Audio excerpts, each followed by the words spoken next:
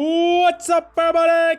Coach Mills here, coming at you with a brand new Valorant video. And in this video, we need to break down patch notes 5.06 that has some really crazy and unexpected changes. First off, the Stinger is getting buffed, which is just ridiculous. And there are huge changes to Pearl. There's a lot we got to talk about and break down. But first, let me tell you about this insane tool, the Overwolf Valorant Tracker. This is an in-game Valorant tracker that is going to give you live performance updates while you're playing. You're going to be able to look at your player profile, find your best and worst maps so that you know exactly what you need to focus on, your own personal stats, your most played agent that you can use to gather important information about what you need to do and how you can improve from here. This is our most exciting sponsor yet because it goes hand in hand with our mission to help you improve, and this is perfect for those of you who want to climb. So go check it out right now in the download links below. Now jumping right into patch 5.06, this is what the devs had to say. Quote, since the launch of Pearl in the summer,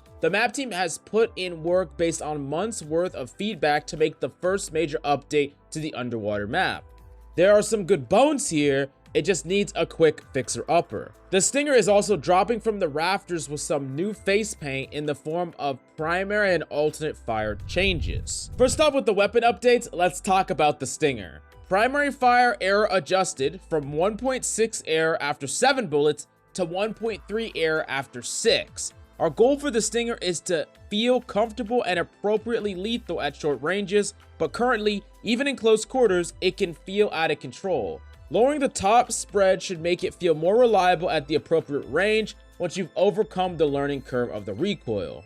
Next up, the alternate fire first shot error adjusted from 0.5 to 0.35. For an option that is about being more accurate, it felt like the first shot had more variance than we'd like, especially at the ranges you'd want to use the burst fire mode. Now, we already knew that these changes were slated in. However, at Champions, especially in the Grand Final, we saw an absurd amount of Stinger play and impact. This gun was really strong in the right environment, and it made me think that perhaps the Stinger didn't really need a buff in the first place. Now, that being said, this buff is a big one. I want you to understand that this makes the Stinger a legitimately powerful tool for characters that can abuse the close range nature of the weapon. And what do I mean by that? Well, characters that have the ability to close that gap are going to be amazing with the Stinger. If you're a character like Jet, for instance, or Wraith, these characters are going to be able to get a ton of value by just flying at a person with the Stinger and just running and gunning them straight to death. On top of that, the added flexibility, because the alternate fire is actually more usable now, means this gun could potentially be very strong. And as an eco buy weapon, I could imagine a number of different situations where you're gonna get a lot more guaranteed value with the Stinger as opposed to other weapons. And honestly, if you, let's say on an eco buy round, go in pairs, having the second person have a Stinger basically means that you're almost guaranteed to trade any close range engagement, which is really strong. I do think that this weapon is gonna be maybe a little bit too powerful. Not sure if it should have gotten buffed, but let me know down below. How do you feel about these changes? How do you feel about the Stinger? And are there any other weapons that you think need buffs or nerfs going forward?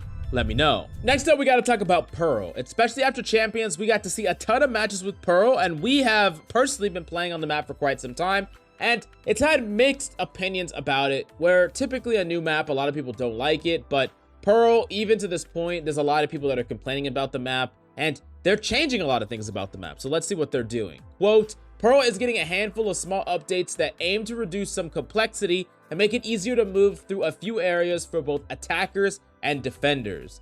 First off, the B main lowered the waist height wall on the left side of B main so that it can no longer completely hide anyone.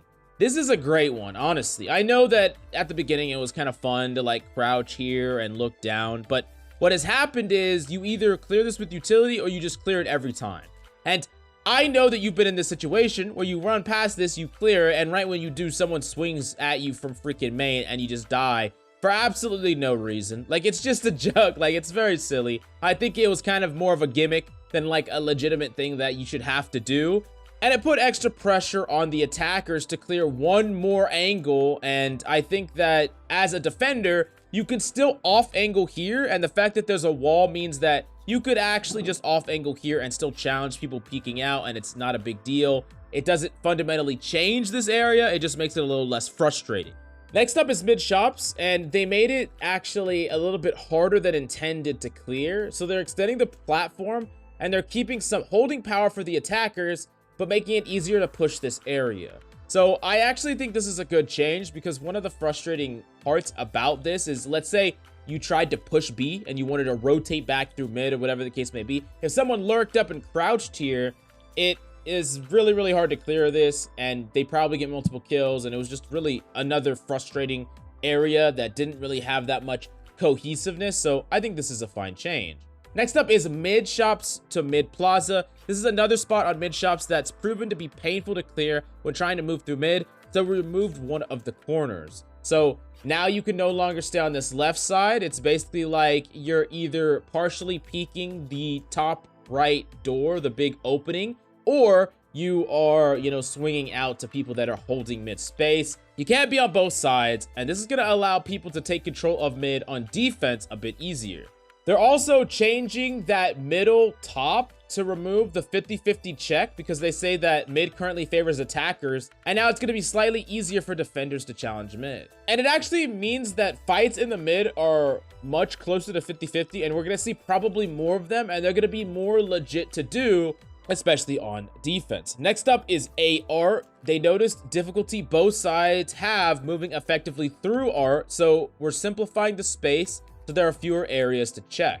And you can see they're actually removing so much of here. They're removing the box that you could jump across. They're removing the smaller little box that you could stand on, and the smaller box next to that.